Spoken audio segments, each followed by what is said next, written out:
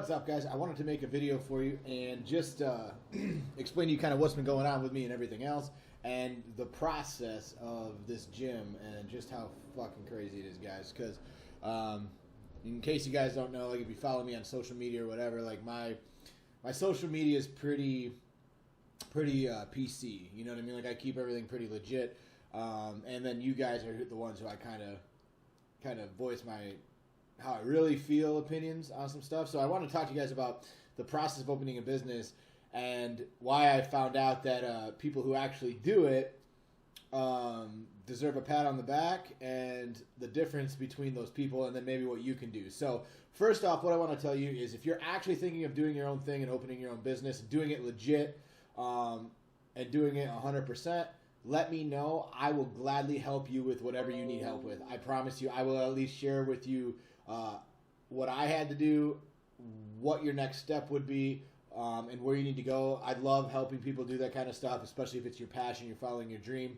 Let me know, I'll help you with it. Here's where we are. Here's the process. So right now we're at really the last hurdle before construction. As long as the lease comes in this week, we should be able to get it to my lawyers, and then $800 and some odd dollars later, they'll give it back, and everything will be good. We'll sign it, and from that point, then we start construction. I have 4 months to build out the place to get open, and then my rent actually kicks in. So I have 4 months of free rent.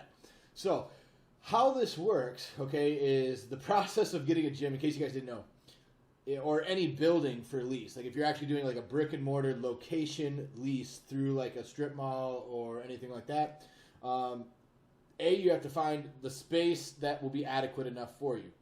So if you guys have been following me, you know that the first space that we found was 4,600 square feet. It was amazing. It was beautiful. It was immaculate. And then some CrossFit dipshit from down the road said he didn't want us in the same complex. So after we got through all the bullshit, then he came in and said no, and they said that we couldn't do it. So we found another location. This one was 3,600 square feet, so a little bit smaller. Now, the location that I ran before, the one in Grand Haven, the very first one that I worked at when I was still gaming full-time, that one started out really, really small, like 2,000. We expanded it to 3,400, and then we expanded it to like 4,700. The one that I opened in Holland was started at 2,800, and then we expanded it to like 6,600. Just made it a monster. And then the one in Forest Hills was like 6,800 square feet, and then the one in Granville is like 5,700 square feet. So pretty big places. Now, obviously, as you get bigger, it's way more expensive, but when you're on your fourth location, there's not really any risk there, right? And it wasn't my money, so I didn't care. I just wanted to, make it badass. So the nice thing with the 3,600 square feet is it's actually enough space. And the way that everything's actually in there is it's all against one wall. So all the offices, the storage, and the bathrooms are all on one wall. So everything else will be wide open. The shape of the building's a little fucked up, but we figured it out. It's going to be pretty good. So there's going to be about 2,000 square feet of actual workout space, about 800 square feet of entrance space, and then 800 square feet of bathroom, office, and storage. So it's just about perfect as far as that goes, which is really nice. But anyway, that's kind of a little bit off topic. Once you get the building that you want, then you start negotiating terms. So you say, hey, I want this building. They say, okay, hey, send me your financials, send me this, send me that, send me this. So you send them all that shit. Should that shit check out, then you start negotiating. Okay, so like we started at 12 a square foot, and then went down to 9, and then went blah, blah, blah. And by the time we worked it out, it was whatever. Same thing with tenant improvements, which is where you pay for like flooring and wall removal and signage and everything else, and you get a certain allowance that once you turn in your receipts, they will pay you back for. Again, big pain in the dick, but whatever.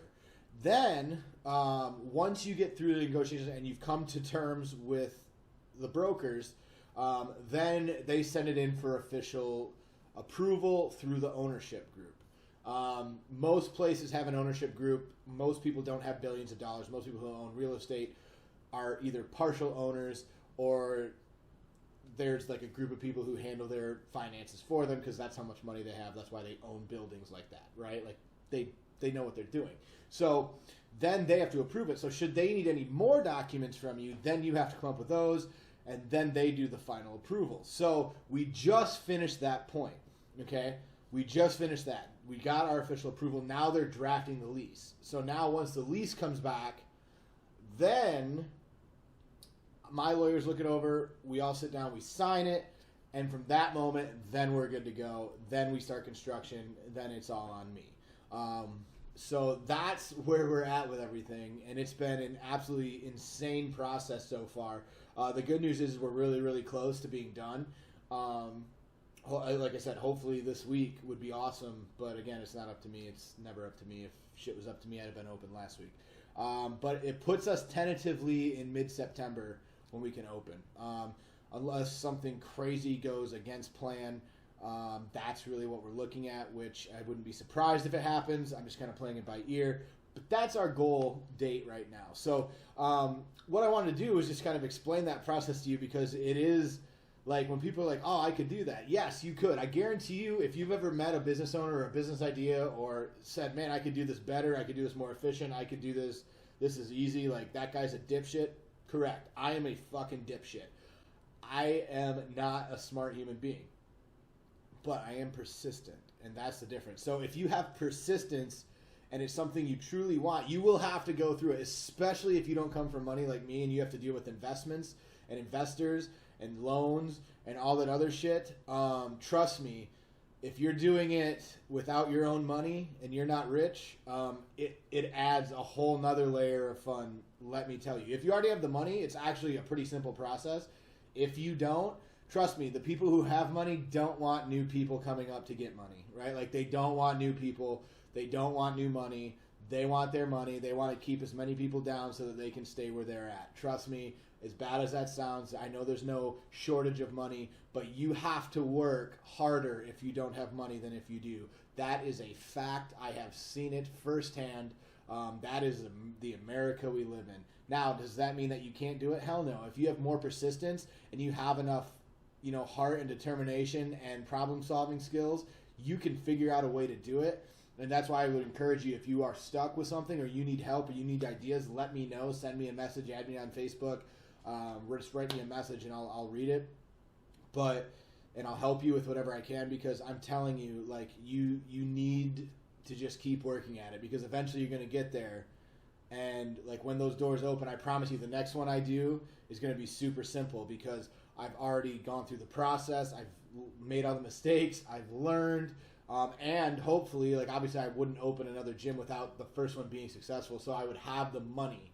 And that makes so many more doors open. So whatever you guys need help with, please let me know. I'm hoping mid-September. If you haven't liked the Facebook page, everything is /Real Platinum Fitness. We have Facebook, Instagram, even realplatinumfitness.com. We have the domain.